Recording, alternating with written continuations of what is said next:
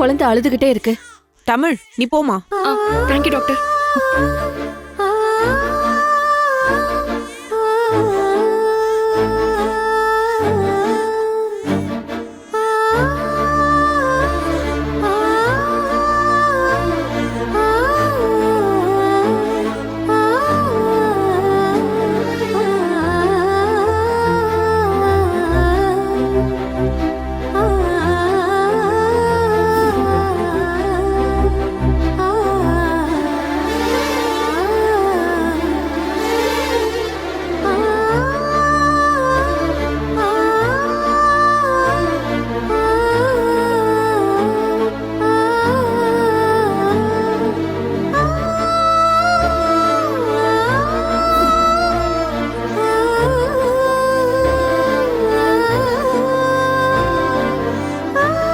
Doctor, என்னாச்சுமா?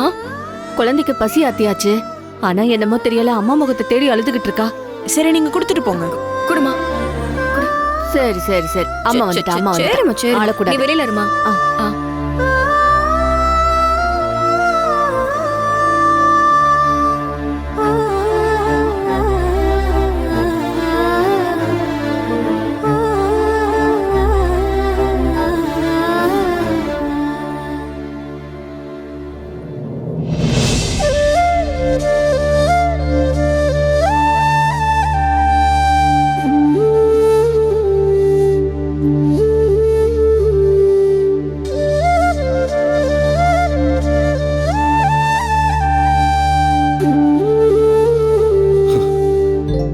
பஞ்சாயத்தார் சொன்னாங்கிறதுக்காக பாப்பாவை கொண்டு போய் கொடுத்துட்டு வந்துட்டோம்.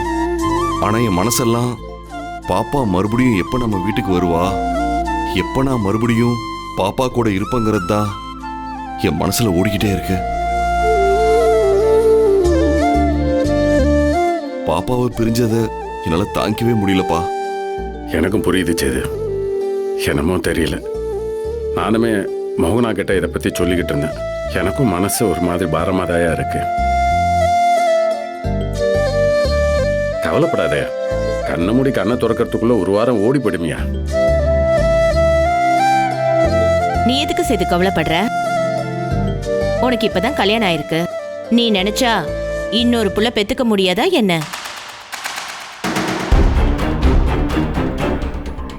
இன்னும் ஒரு வருஷத்துக்குள்ள இன்னொரு பெண் குழந்தைய பெத்துக்க. அந்த குழந்தைகிட்டயும் இதே பாசத்தை காட்டு. அந்த குழந்தை உன் வாழ்க்கை பூரா உன் கூடவே தான் இருக்க போகுது. இன்னைக்கு சனி ஞாயிறு, நாளைக்கு திங்கக்கிழமை போயிடும்ன்ற கதையே இருக்காதுல்ல. உன் குழந்தைய நீயே வச்சுக்கலாம்ல. அதான் சேது நானும் சொல்றேன், இன்னொரு குழந்தைய பெத்துக்கிறதுக்கான வழியை பாரு. ஆமா மதனி, சேது வெறுமன பெண் குழந்தைய பிரிஞ்சுட்டேங்கிறதுக்காக வருத்தப்படல. சேது எங்க அண்ணி மீனாட்சி மதனி தான் தனக்கு பெண் குழந்தையா பிறந்திருக்காங்கன்னு நினைச்சுக்கிட்டு இருக்கான். இப்ப அந்த குழந்தை போயிடுச்சேன்னு வருத்தப்பட்டுக்கிட்டு இருக்கான். அப்படி இருக்கும்போது இன்னொரு பிள்ளைய பெத்துக்கிறதுங்கிறது எப்படி எங்க மீனாட்சி மதனி ஆகும்? நீங்க போகாத ஊருக்கு வழி தேடுறீங்க. நான் சேதுவோட பிரச்சனைக்கு நிரந்தர தீர்வு சொல்லணும்னு நினைக்கிறேன். சேது இன்னும் 1000 புள்ளைய பெத்துக்கிட்டாலும் மீனாட்சி மதனி மாதிரி வரவே வராதுன்னு நான் சொல்றேன். சும்மா நீங்க. மலரு, என்னாச்சு? மாமா, காலையில இருந்து அழகருக்கு 2-3 வாட்டி வயிற்று போக்கு போயிடுச்சு. எது வயிற்று போக்கா இருக்கா? என்ன சொல்ற மலரு? ஆமா மாமா, நானும் ஆரம்பத்துல டாக்டர் கொடுத்த மருந்தெல்லாம் கொடுத்து பார்த்தேன். ஆனா வயிற்று போக்கு நிக்கிற மாதிரியே இல்ல. இப்பதான் நான் அவனை குளிப்பாட்டி வச்சிருக்கேன். புள்ள ஒரு மாதிரி அழுதுட்டே இருக்கிற மாதிரி இருக்கு மாமா. என்னங்க, ஹாஸ்பிட்டல்ல காட்டுறது நல்லதுங்க. பிள்ளைக்கு இப்படி அடிக்கடி வயிற்று போக்காச்சுன்னா உடம்புல நீர்ச்சத்து இல்லாம போய் சொனங்கி போயிடுங்க. சரி, அப்ப உடனே ஆஸ்பத்திரிக்கு போயிட்டு வந்துருங்க மோகனா. போக. சரிங்க. மலரு, நீ போய் குழந்தைய தூக்கிட்டு வா. சரிங்க. போமா நீ.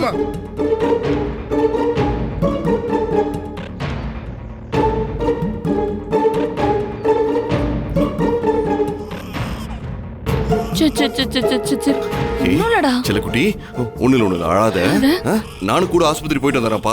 சேது, நீ எதுக்குப்பா? அதான் அக்கா போறாங்கல்ல. சின்னம்மா, என் பிள்ளைக்கு உடம்பு சரியில்லாம இருக்கு. நான் போகாம எப்படி சின்னம்மா? என்னாலலாம் நிம்மதியா இந்த வீட்டுல இருக்க முடியாது. நான் கூட போறேன். அப்பா போயிட்டு வந்துடுறோம். சரியா? பத்திரமா பார்த்து வாமா, போயிட்டு வா. வாமாப்ல. நீ கூட போயிட்டு வாமா. வண்டி அடியா போயா போயா ஒன்றும் இல்லடா.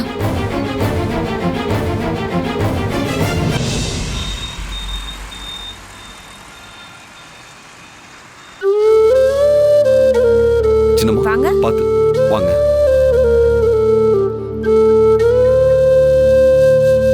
உட்காருங்க. சின்னம்மா உட்காருங்க.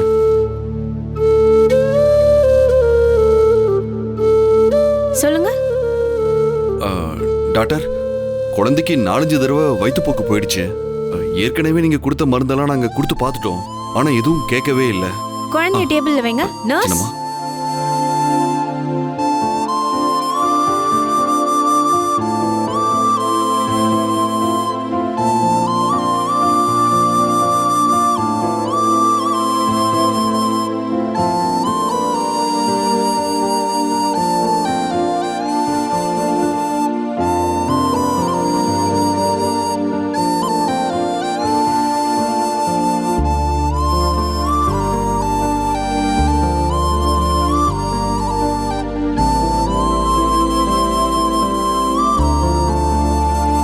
குழந்தைக்கு ஃபுட்ல ஏதாவது சேஞ்சஸ் பண்ணீங்களா?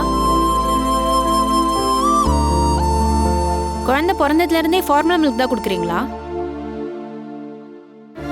பிறந்ததுல இருந்தே பவுடர் பால் தான் கொடுத்துட்டு இருக்கோம். இந்த கடைசி 2 நாள் தான் தாய்ப்பால் கொடுத்துருப்பாங்கன்னு நினைக்கிறேன். தாய்ப்பால்ல இருந்து மறுபடியும் பவுடர் பால் கொடுத்ததுக்கு அப்புறமா தான் குழந்தைக்கு இந்த மாதிரி வயிற்றுப்போக்கு ஆரம்பிச்சது டாக்டர். அப்ப குழந்தைக்கு தாய்ப்பாலை கண்டினியூ பண்ண வேண்டியதானே? எதுக்கு ஃபார்முலா மில்க் கொடுக்குறீங்க? எனக்கு தெரிஞ்சு இப்படி நீங்க மாத்தி மாத்தி கொடுத்ததால தான் குழந்தைக்கு அது ஒத்துக்காம இப்படி வயிற்று போக்கா இருக்கு. இப்ப குழந்தைக்கு உடனே சரியாகிறதுக்கு நான் மெடிசின்ஸ் தரேன், அதை ஃபாலோ பண்ணுங்க. ஆனா அதெல்லாம் தாண்டி குழந்தைக்கு நீங்க ஒரு 1 வீக்கு ஃபார்முலா மில்க் எல்லாம் ஸ்டாப் பண்ணிட்டு தாய்ப்பால் கொடுக்கறது தான் கரெக்ட். அது ஒண்ணுதான் மறுபடியும் இப்படி ஆகாம இருக்கிறதுக்கு தீர்வு. அதுக்கு வாய்ப்பே இல்லை டாக்டர். ஏன் 2 நாள் முன்னாடி வரைக்கும் குழந்தைக்கு தாய்ப்பால் கொடுத்துருக்கீங்க, இப்ப வாய்ப்பில்லைன்னு சொல்றீங்க?